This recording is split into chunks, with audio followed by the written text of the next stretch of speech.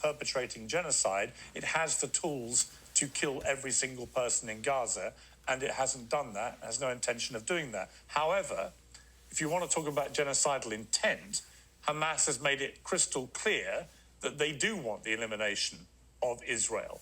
And in fact, after October the 7th, the official spokesman came out and said, we want to do it again and again and again. So there is clear genocidal intent from Hamas, isn't there?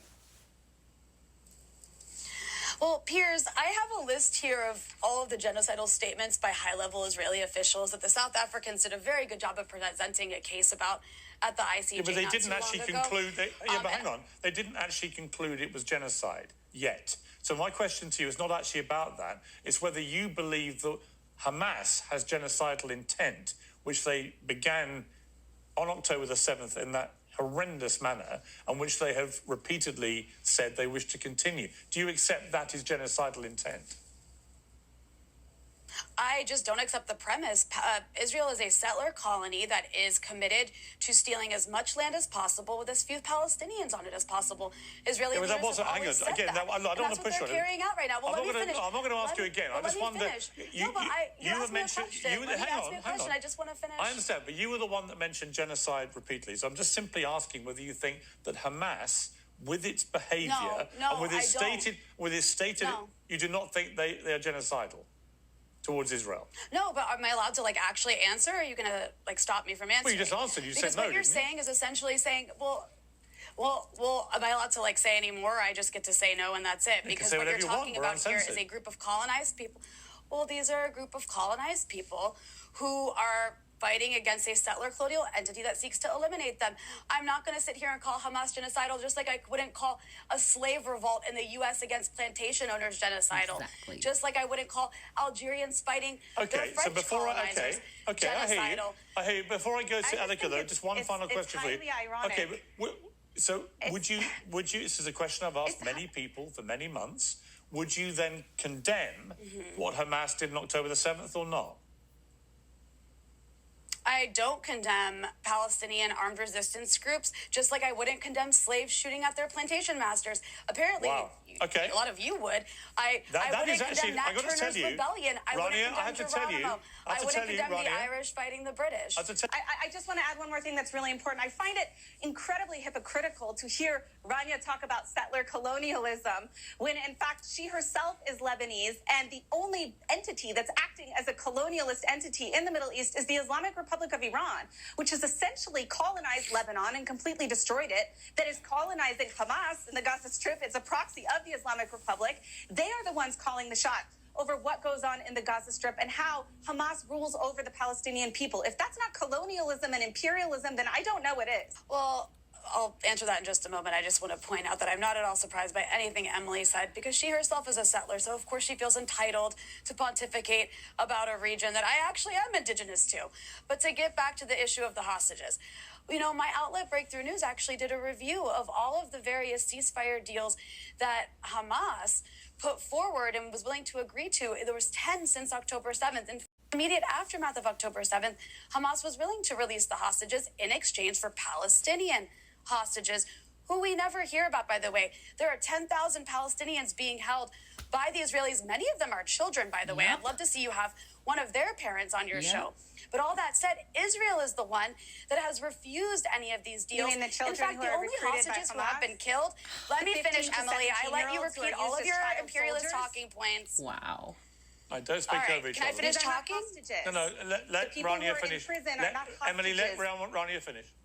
Because you don't see Palestinians as humans, so of course you can't see any of them as innocent or hostages. Absolutely false. But I actually do see them as human. So let me finish what I'm saying here about the hostages. Just not Jews. You just don't see Jews as human, right? Israel is who you need to talk about, or talk to about why they have not agreed to any of these deals, because they prefer to carry out and continue their genocide in Gaza to steal more land and get revenge, because it is a society that is consumed by hate at the moment. And I don't need to tell you that. You can just go look at the TikTok videos being put up by Israeli soldiers celebrating their criminality in Gaza every single day. And Rania, as well as the genocidal statements by Israeli officials. Rania, just to be clear, you don't think that Hamas are filled with hate for Jewish people or God, Israel, Piers. and you don't think they celebrated I think hang on, Piers, and you don't think they celebrated proudly by broadcasting a lot of it to the world what they did to those innocent people on October the 7th. You don't see that that's the same thing. Piers, Palestinians don't need to be like high on hate because they've been occupied and slaughtered for 76 years, and any people, not just Palestinians, would respond to that angrily and would fight for their survival, including all the colonized people in the world who've ever had to fight for their survival. Okay. There's historical parallels here. I've already made them. And Palestinians, and just like any human beings in the world, are always going to fight for their survival. What I know right now is that the top priority should be to end the genocide in Gaza. There is a genocide taking place. 13,000 children, more than 13,000, have been killed. You know, there's now something called wounded child, no surviving family in Gaza because of how many children are wounded with no surviving family. This has been a horror show in Gaza. Babies are being starved. Are we not watching the same videos? Right. Are you all not seeing the mutilated children with amputated limbs crying without their parents? But out of interest, because of this ongoing slaughter? I am horrified by those scenes, but I'm really curious why you cannot express any horror for what Hamas did, given it was the same, if not worse. And they proudly broadcast it. Because I think it's don't understand why you would expect anybody... Hang on, let me ask you a question. Why would you expect anybody to express sympathy or empathy for what you're describing, given your utter refusal to express any for what Israelis went through on October the 7th? Explain. You guys are using October 7th to justify a genocide.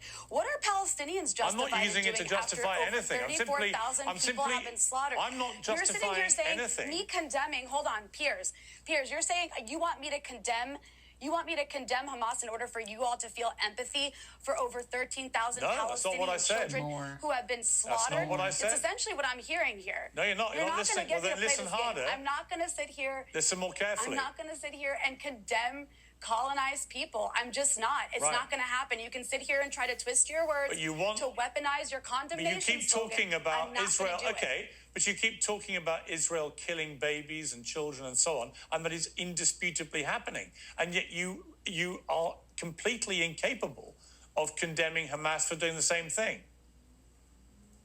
Hamas carried out a military operation on October 7th. Israel killed a lot of its own people, which you all never talk about. Is it what Israel's doing in Gaza terrorism? Would you call that terrorism? It's a response to an act of terrorism. There are many serious legitimate concerns about the scale of that response. I agree. And they will be held to account by international courts about whether they've committed war crimes. Oh, will they? But my issue is you don't give a damn what Hamas did to those innocent Israelis on October the 7th, do you? That's the heart of your position. 100 journalism professors at elite universities across the country are asking the New York Times to review their investigative reporting on October 7th.